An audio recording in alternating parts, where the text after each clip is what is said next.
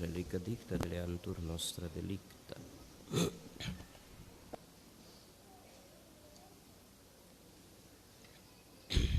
Eu tenho que ser breve hoje, tem vários motivos. A garganta não amanheceu bem e os coroinhas estão ansiosos para ir para o encontro de coroinhas em Itabaiana. Aí, daquele jeito, né?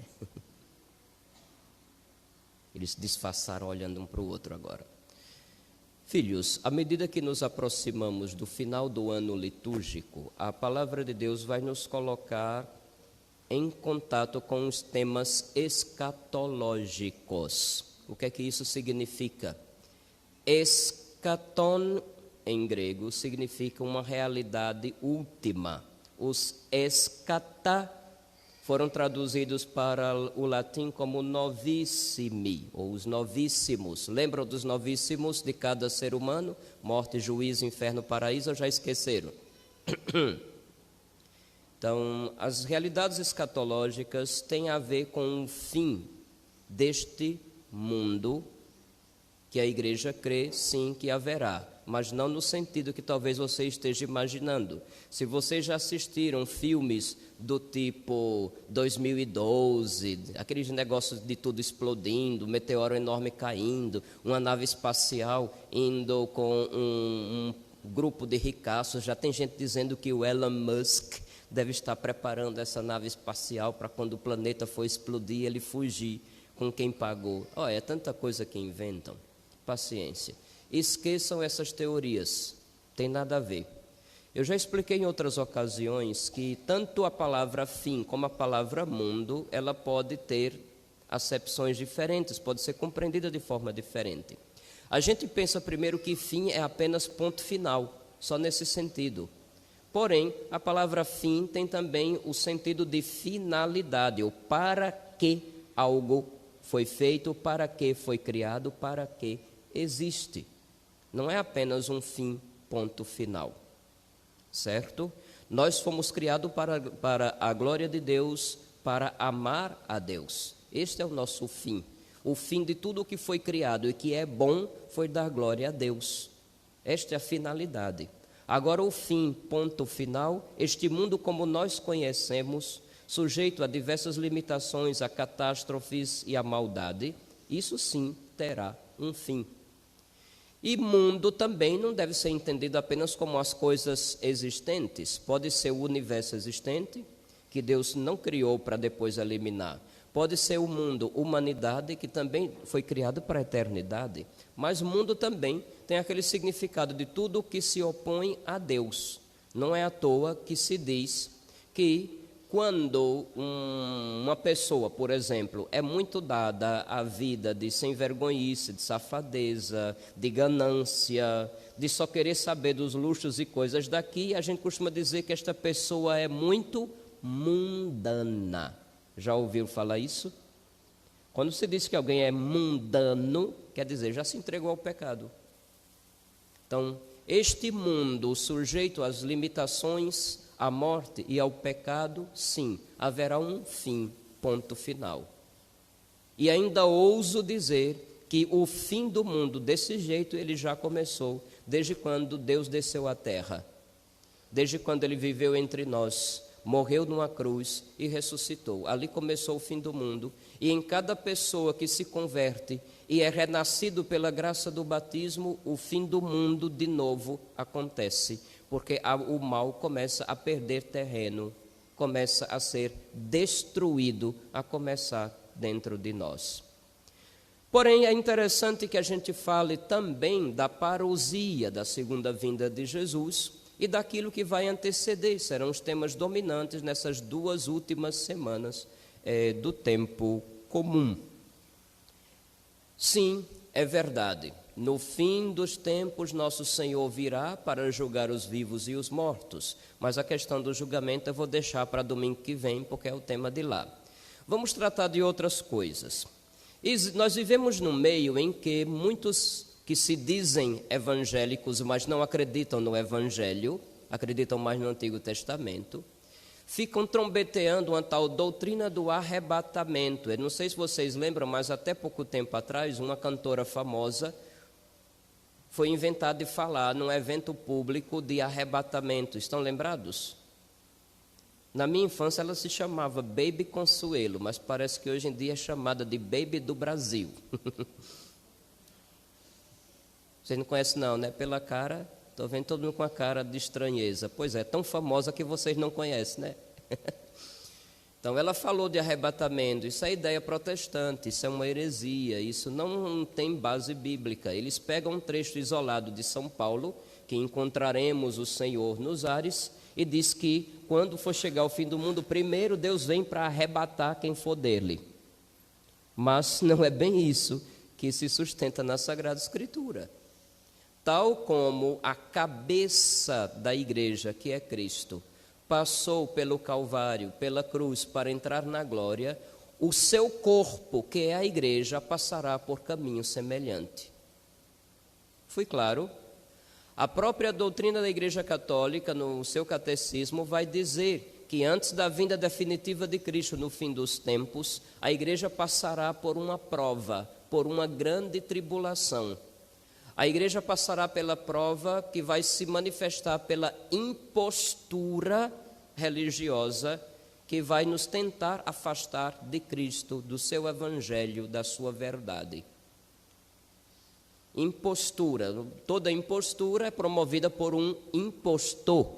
Impostor é aquele que se põe no lugar de outro de forma falsa. Vocês sabem que é isso, não é? Ou será que eu estou modificando o Aurélio? Para quem não sabe, o Aurélio é um dos dicionários de língua portuguesa mais conhecidas, viu?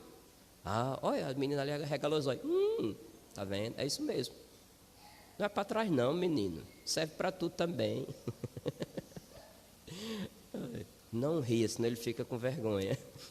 É porque quem está atrás assistindo só de longe não faz ideia do que a gente vê daqui. Aí no terceiro domingo, é o texto com as crianças, a Armada Branca é responsável pela liturgia e a gente vê caras e bocas aqui, são muito engraçados. Plim, plim, vamos passando.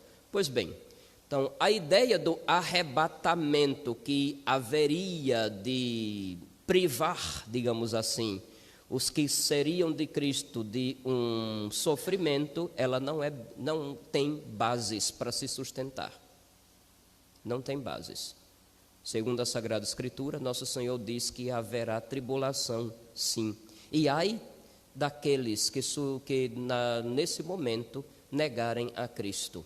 O livro do Apocalipse, quando São João vê uma multidão incontável no céu, pergunta: quem são estes, meu Senhor? E o anjo diz: estes são os que passaram pela grande tribulação, lavaram e alvejaram as suas vestes no sangue do Cordeiro.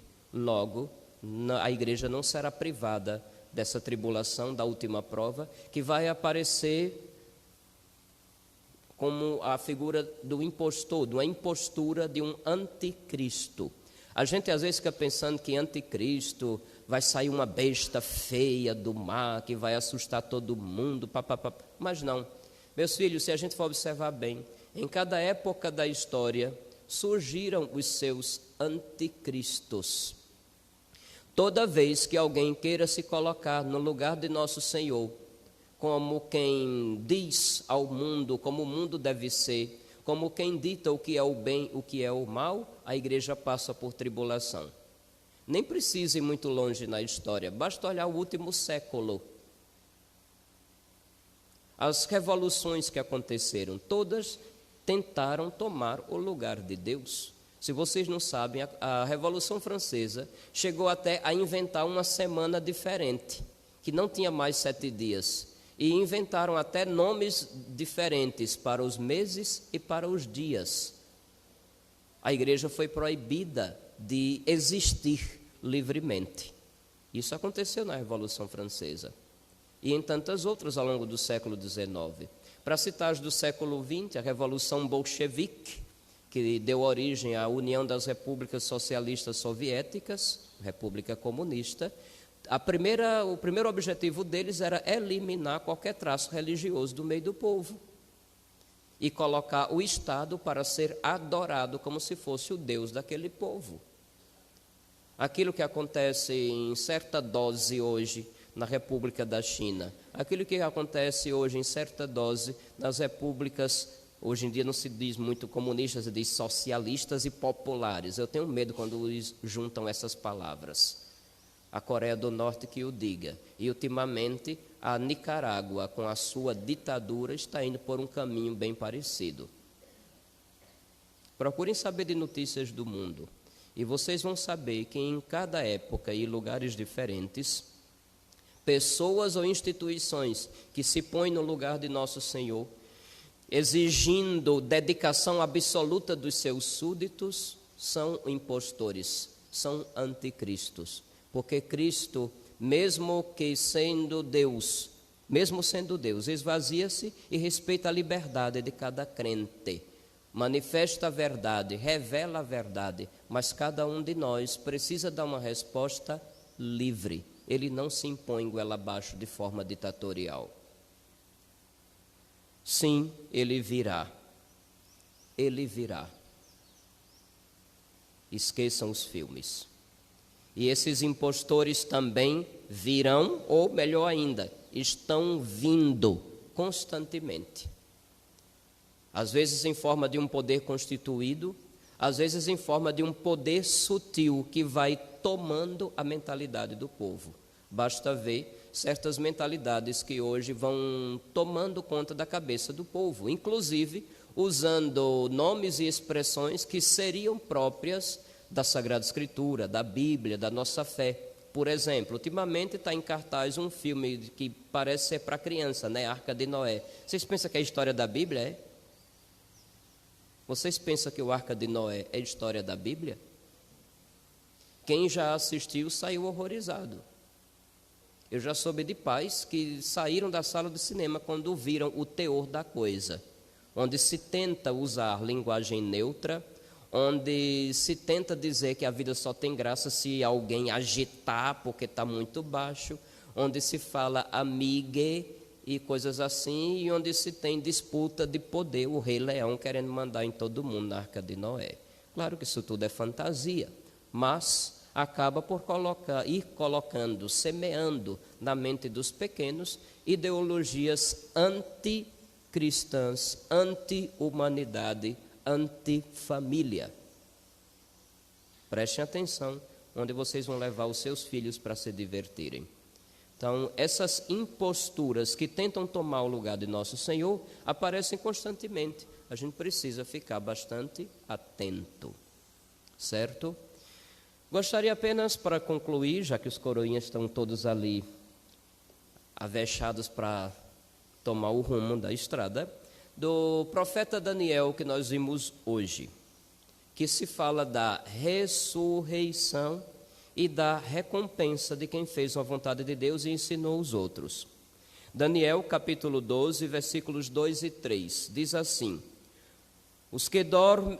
muitos dos que dormem no pó da terra despertarão, uns para a vida eterna, outros para o opróbrio eterno.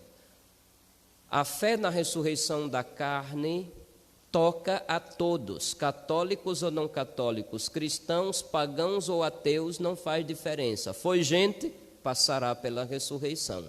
É diferente de tantas seitas que se dizem evangélicas, mas não acreditam no evangelho, que ficam dizendo que só vai ressuscitar quem for de Jesus. Outros ainda caem no absurdo de dizer, só vai ressuscitar quem for do meu grupo, e assim por diante.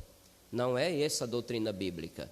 A doutrina bíblica da ressurreição é que no fim dos tempos, quando nosso Senhor vir julgar, todos ressuscitarão. Alguns, como diz aqui, para a vida eterna e outros para o opróbrio. Opróbrio é a mesma coisa que vergonha ou humilhação eterna, a condenação do inferno. Todos ressuscitarão. Os que tiverem sido sábios brilharão como o firmamento, e os que tiverem ensinado a muitos os caminhos da virtude brilharão como as estrelas por toda a eternidade. Deus não deixará sem recompensa aqueles que não somente vivem conforme sua palavra, mas que ainda ensinarem aos outros pela palavra e pelo exemplo a seguir pelo mesmo caminho.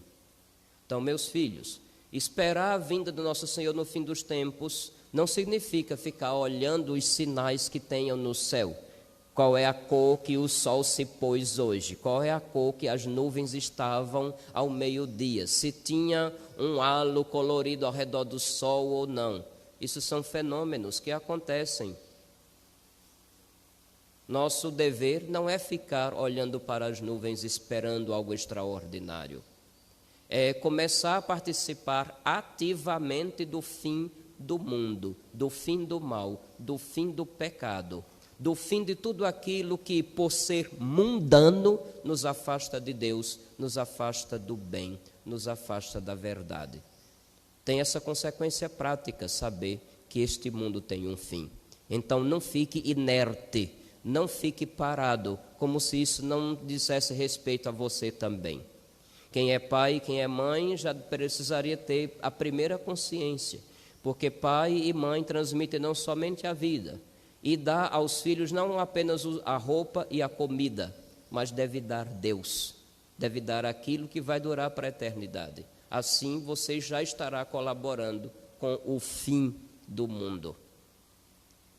Que nosso Senhor, ao retornar, se nos encontrar aqui ainda neste mundo, nos encontre prontos, assumindo a nossa missão, o nosso papel, o nosso lugar. Quando Jesus passar, eu quero estar no meu lugar.